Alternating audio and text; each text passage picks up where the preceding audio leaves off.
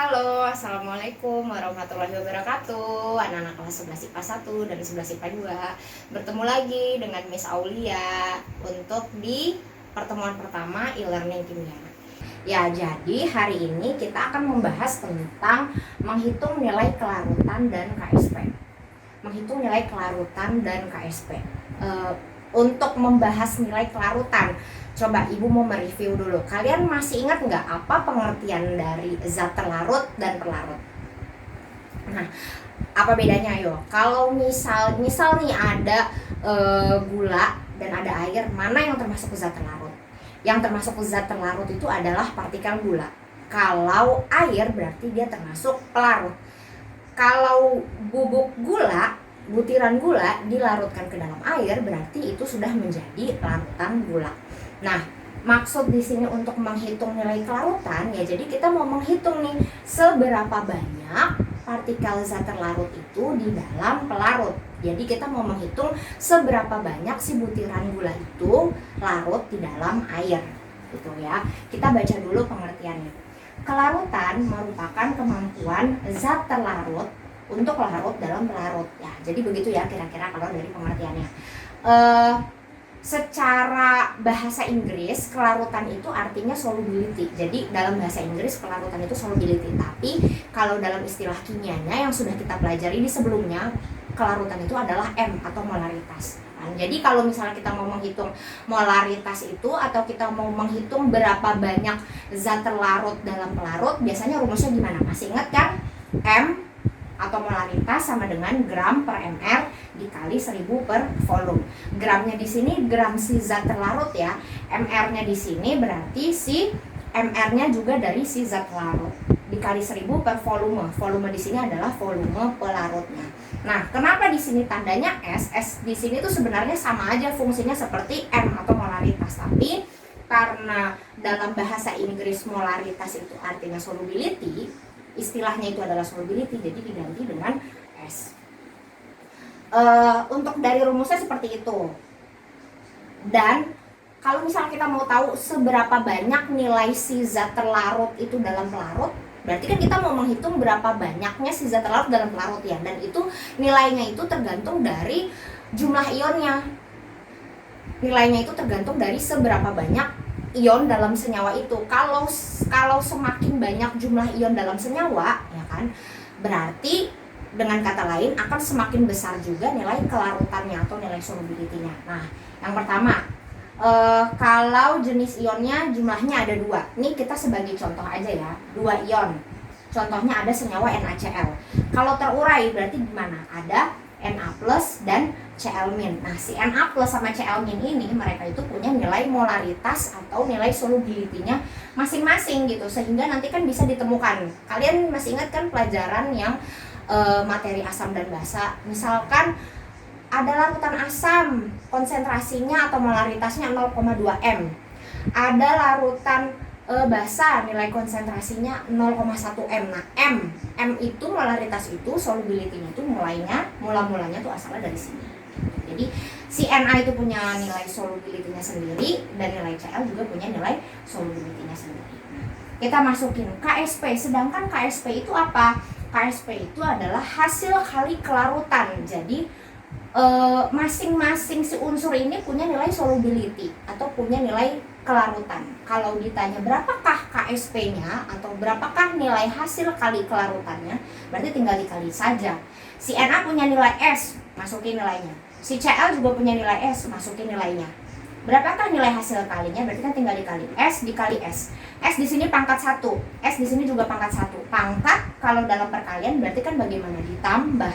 Berarti jadinya S pangkat 2. Nah, sekarang untuk yang jenis ion yang kedua. Nah, untuk yang ini jumlah ionnya ada 3. Kita ambil contoh senyawanya MgOH2. Masih ingat kan ya kalian bagaimana cara menguraikan suatu senyawa? MgOH2. Berarti bagaimana? Harus diuraikan dulu. Mg dan OH. Nah, ada angka 2 di sini. 2 nempel sama siapa? 2 nempel sama si OH. Berarti menjadi jumlahnya OH. Nah, selain dia nempel kepada OH dan menjadi jumlahnya si OH, dia menjadi muatannya siapa? Menjadi muatannya si Mg. Berarti senyawanya menjadi Mg2+ dan 2 OH-. Nah, masing-masing dari si senyawa ini mereka punya solubility. Karena di sini koefisiennya 1, makanya ditulis, ibu tulis dari awal deh. Karena di sini dia koefisiennya 1, makanya kita tulis S. Karena si OH- ini koefisiennya 2, makanya ditulis 2S. Dah, langkah selanjutnya, kalau pertanyaannya berapakah nilai KSP-nya, berapakah nilai hasil kali kelarutannya, ya sudah, berarti kita tulis lagi dari yang sudah dijabarkan. Berarti bagaimana? Mg 2+ dikali OH- pangkat 2. Kenapa dikali OH- pangkat 2? Kenapa angka 2 di sini dijadikan pangkat? Karena pengertian dari KSP itu adalah hasil kali kelarutan. Pengertian dari KSP begitu. KSP adalah hasil kali kelarutan, di mana koefisiennya itu dijadikan pangkat gitu. Jadi kita masukin nilai S-nya, ya kan? Tapi karena di sini dia keadaannya setimbang atau keadaannya bolak-balik, reaksi itu terus berlangsung tanpa berhenti. Walaupun angka 2 ini, koefisien ini sudah kita jadikan sebagai pangkat, tetap kita masukin nilai 2-nya gitu. Ya kan? Jadi apa ya? Walaupun keadaannya dia sudah seperti ini, tapi kan otomatis dia akan bisa kembali lagi menjadi si produk ini. Ini kan sudah diuraikan, bisa kembali lagi menjadi produk. Ini adalah reaksi setimbang. Jadi ketika sudah kita memasukkan angka koefisien ini menjadi pangkat, tapi tetap kita gunakan sebagai perkalian. Nah, S, tulis S, 2 pangkat 2 berapa? 4. S pangkat 2 berapa? S pangkat 2. Berarti gimana? 2 pangkat 2, 4. S pangkat 2, S pangkat 2 dikali S pangkat 1. Berarti makanya jadi menjadi 4S pangkat 3. Nah, sekarang untuk yang jenis ionnya ada 4, ya kan? Nih ya, kalau yang jenis ionnya ada 3 tuh berarti begini. Yang 1 2, muatan plusnya ada 2, muatan negatifnya ada 1. Berarti jumlah ionnya berapa? 3. Balik lagi deh yang ke sini. Ini jenis ionnya jumlahnya ada berapa? 2. Yang positif jumlahnya 1, yang negatif jumlahnya juga 1. Berarti jumlah ionnya ada berapa? 2. Nah, sekarang yang jumlah ionnya ada 4. Kita ambil contoh pakai senyawa AlOH3. Kalau terurai berarti gimana? Al, ya kan, 3+ ditambah 3OH-. Si Al punya solubility-nya. Si OH- juga punya nilai solubility, tapi karena dia koefisiennya 3, makanya dimasukkan nilainya 3, jadinya 3S gitu. Berapakah hasil nilai KSP-nya? Berarti tinggal dimasukkan saja, ya kan? Jadi S di sini untuk Al. Nah, karena di sini dia reaksinya setimbang bolak-balik, makanya walaupun angka 3 ini koefisien ini sudah kita gunakan sebagai pangkat, tapi tetap kita masukkan di sini untuk hasil perkalian begitu. Nah, 3 pangkat 3 berapa? 27. S pangkat 3 berapa? S pangkat 3 dikali S pangkat 4. Makanya menjadi 27 dikali S pangkat 4. Terakhir, bagaimana untuk yang senyawa kalau jumlah ionnya itu ada 5? Sama juga ya caranya itu dengan jumlah-jumlah ion yang lain. Nah, kita ambil contoh senyawanya si Al2SO43 ya. Berarti kita gimana nih? Kita kan uraikan dulu. Ada senyawa Al dan ada senyawa SO4, ya kan? Angka 3 ini nempel sama siapa? Nempel sama SO4. Berarti menjadi jumlahnya SO4. Tapi selain dia menjadi jumlahnya si SO4, tapi dia juga menjadi muatannya si Al. Makanya di sini Al muatannya 13. Pokoknya yang sebelah kiri itu muatannya harus positif, sebelah kanan itu muatannya harus negatif. Nah, sekarang ada angka 2 nempel di Al. Jadinya bagaimana? Ya sudah, berarti 2 ini menjadi jumlahnya si Al. Oke, kita taruh 2-nya di sini. Tapi selain dia menjadi jumlahnya si Al, dia juga menjadi muatannya seberangnya. Muatannya siapa? Muatannya si SO4. Makanya taruh di sini 2. SO4 pangkat 2. Sebelah kiri muatannya selalu plus, sebelah kanan muatannya selalu negatif. Jadi 2Al3+ plus 3SO4 2-. Berapa jumlah ionnya? Di sini ada 3, di sini ada 2, maka jumlahnya ada 5 ion. Di sini koefisiennya 2, masukin nilai solubility-nya berarti 2 dikali S. Di sini koefisiennya 3 berarti 3 dikali S. Masukkan nilainya. 2 pangkat 2 itu 4, 3 pangkat 3 itu 27, kalau dikali berarti jadinya 108 S pangkat 5. Nah, jadi terbukti ya kalau si Al2SO43 ini jumlah ionnya ada 5. Si Al punya ion 3+, SO4-nya punya ion 2-. 3 dan 2 berarti 5. Nah, sekarang kita masuk ke contoh soalnya ya. Kita baca contoh soalnya sama-sama. Dalam 1 liter dapat larut 0,78 gram CaF2. Sorry, ini dalam 1 liter air ya maksudnya.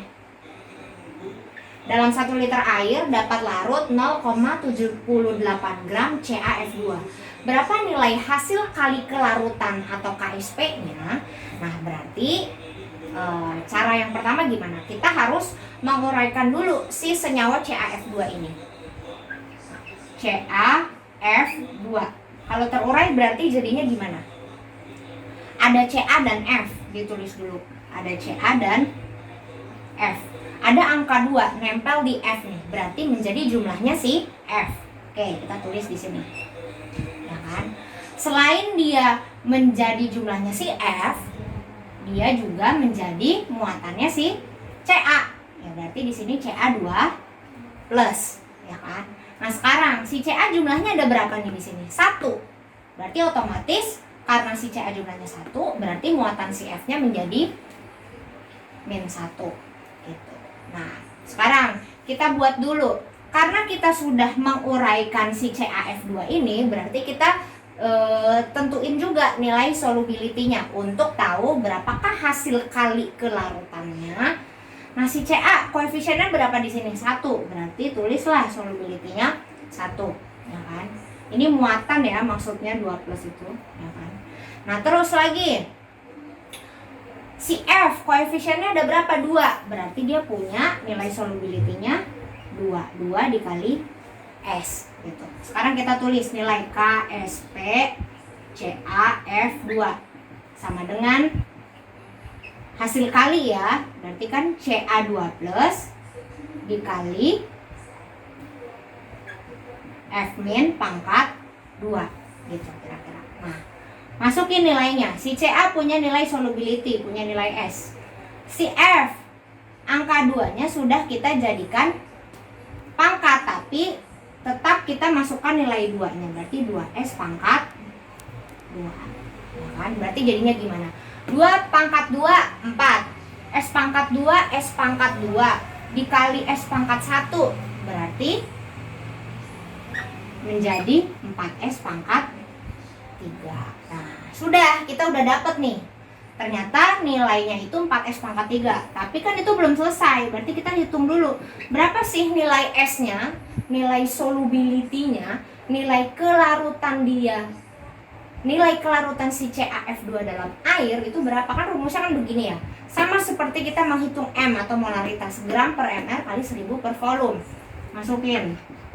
Gram per ml kali 1000 per volume. Satuannya harus mili, ya kan? Gramnya tadi berapa katanya? 0,78. Habis lagi spidolnya.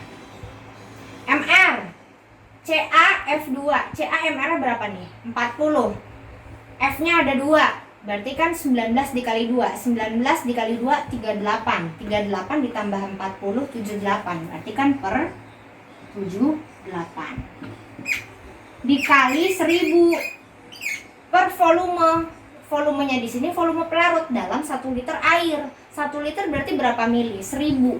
Berarti taruh di sini 1000. Ya sudah, 1000 dibagi 1000 habis. 0,78 dibagi 78 berapa?